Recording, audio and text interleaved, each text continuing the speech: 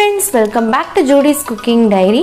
இன்னைக்கு நம்ம சேனல்ல கிட்ஸ்ல இருந்து பெரியவங்க வரைக்கும் ரொம்ப பிடிச்சமான ஸ்நாக்ஸ் ரெசிபி தான் பார்க்க போறோம். வீடியோக்குள்ள போறதுக்கு முன்னாடி கீழ இருக்கிற red colour subscribe button press பண்ணிட்டு பக்கத்துல இருக்கிற பெல் ஐகான் பிரஸ் பண்ணிக்கோங்க. இன்னைக்கு நம்ம ஸ்மைலிஸ் ரெசிபி தான் பார்க்க போறோம். உருளைக்கிழங்கு வச்சு ரொம்ப ஈஸியா குயிக்கா எப்படி செய்யறதுன்னு பார்க்க போறோம் வாங்க. 4 மீடியம் சைஸ் உருளைக்கிழங்கு உப்பு போட்டு பிரஷர் குக்கர்ல 10 நிமிஷம் வேக வச்சு எடுத்துக்கோங்க.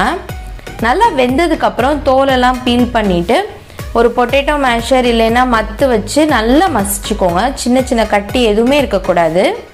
இதில் 3 டேபிள் ஸ்பூன் அளவுக்கு கார்ன்ஃப்ளவர், காரத்துக்கு ஏற்ற அளவு மிளகாத்தூள், 1/2 டீஸ்பூன் மிளகாத்தூள் சேர்த்துட்டு 2 டேபிள் ஸ்பூன் அளவுக்கு பிரெட் க்ரம்ஸ் சேர்த்துக்கோங்க. நான் இந்த டோஸ்டட் பிரெட்டை தான் மிக்சியில் பவுட்ரு பண்ணி பிரெட் க்ரம்ஸாக சேர்த்துக்கிறேன்.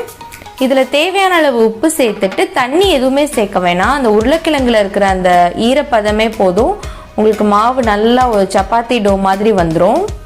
ஒருவேளை தண்ணி சேர்த்துட்டிங்கன்னா அந்த ஸ்மைலிஸ் பொரிச்சு எடுக்கிறப்ப அந்த ஷேப் ரீட்டைன் ஆகாது. ஸோ தண்ணி சேர்க்காதீங்க. ஒருவேளை உங்களுக்கு இந்த மாவு பிசைகிறப்ப ஸ்டிக்கியாக இருக்குன்னா கொஞ்சமாக கார்ன்ஃப்ளவர் சேர்த்துக்கோங்க. இதில் கார்ன்ஃப்ளவருக்கு பதிலாக நீங்கள் அரிசி மாவு கூட சேர்த்துக்கலாம். கையில் கொஞ்சமாக எண்ணெய் தடவிட்டு பிசைஞ்சிங்கன்னா சுத்தமாக ஒட்டவே ஒட்டாது. மாவு நல்லா கம்பைன் ஆகி வந்ததுக்கப்புறம் 1 டீஸ்பூன் அளவுக்கு எண்ணெய் சேர்த்துக்கோங்க. மாவு சுத்தமாக ஒட்டவே ஒட்டாது. இப்போ நல்லா பிசைஞ்சாச்சு. சாஃப்டான டோ ரெடி ஆகிடுச்சு. இதை ஒரு 30 மினிட்ஸ் ஃப்ரிட்ஜில் மூடி போட்டு வச்சுருங்க. நல்லா ரெஃப்ரிஜரேட் ஆனதுக்கப்புறம் இதை நம்ம இப்போ தேய்க்க போகிறோம். சப்பாத்தி கட்டையிலையோ இல்லை தட்டோட பேக் சைடில் இந்த மாதிரி கொஞ்சமாக எண்ணெய் தடவிட்டு இதை நம்ம மாவை ஸ்ப்ரெட் பண்ணி விட்டுக்க போகிறோம். கொஞ்சமாக எண்ணெய் தடவிட்டு நம்ம ப்ரிப்பேர் பண்ணியிருக்கிற டோவை வச்சு லைட்டாக கையை யூஸ் பண்ணியே இந்த மாதிரி ஸ்ப்ரெட் அவுட் பண்ணிக்கோங்க. ஒருவேளை இது கஷ்டமாக இருக்குன்னு ஃபீல் பண்ணிங்கன்னா நம்ம சப்பாத்தி தேய்க்கிற கட்டையில் லைட்டாக எண்ணெய் தடவிட்டு இந்த மாதிரி தேய்ச்சிக்கோங்க. ரொம்ப தின்னாக தேய்ச்சிடக்கூடாது, லைட்டாக தடிமனாக தான் இருக்கணும். அப்போ தான் உங்களுக்கு ஸ்மைலி எடுத்து பொரிக்கிறதுக்கு கரெக்டாக இருக்கும். குக்கி கட்டர் இருந்துச்சுன்னா இந்த மாதிரி ரவுண்ட் ஷேப்பில் கட் பண்ணி நீட்டாக எடுத்துக்கோங்க. ஒருவேளை குக்கி கட்டர் இல்லைன்னா ஏதாவது பாத்திரத்தோட மூடி நல்லா ஷார்ப் எட்ஜஸோடு இருக்கிற மாதிரி எடுத்து அதை யூஸ் பண்ணி கட் பண்ணிக்கோங்க. இந்த மாதிரி நல்லா சர்க்கிள் ஷேப்பில் கட் பண்ணதுக்கப்புறம் மீதி இருக்கிற மாவை எடுத்து வச்சுட்டு திருப்பி இதே ப்ராசஸ் ரிப்பீட் பண்ணிக்கோங்க. ஸ்மைலியோட ஃபேஸ் நமக்கு ரெடி ஆகிடுச்சு. இன்னும் கண்ணும் வாயும் மட்டும் வரையணும். ஐஸ்க்கு பார்த்தீங்கன்னா ஸ்ட்ரா இருந்துச்சுன்னா அதை யூஸ் பண்ணி ஹோல்ஸ் போட்டுக்கோங்க.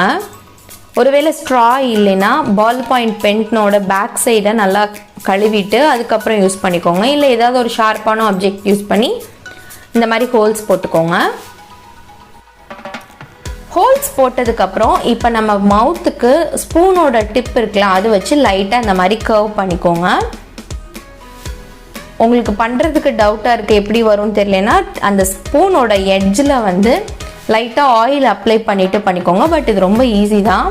அவ்வளோதாங்க, நமக்கு சூப்பரான ஹாப்பி ஸ்மைலி ஃபேஸ் நமக்கு ரெடி ஆகிடுச்சு. இந்த திக்னஸ் பார்த்துக்கோங்க, இதுதான் கரெக்டான திக்னஸ். இப்போ நம்ம இதை ஆயிலில் போட்டு பொரிச்சு எப்படி வருதுன்னு பார்க்கலாம் வாங்க.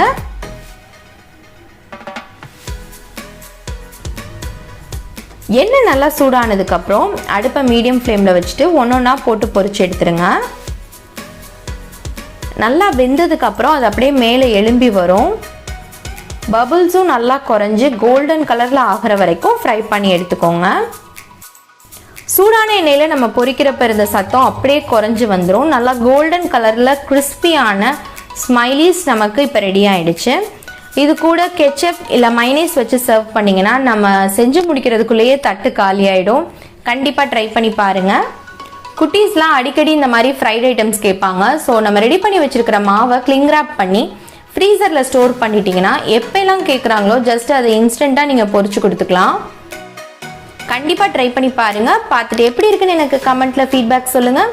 இந்த வீடியோ உங்களுக்கு பிடிச்சிருந்துச்சுன்னா லைக் பண்ணிவிட்டு கீழே இருக்கிற red colour subscribe button press பண்ணிக்கோங்க. பக்கத்தில் இருக்கிற பெல் ஐக்கான் ப்ரெஸ் பண்ணிக்கோங்க.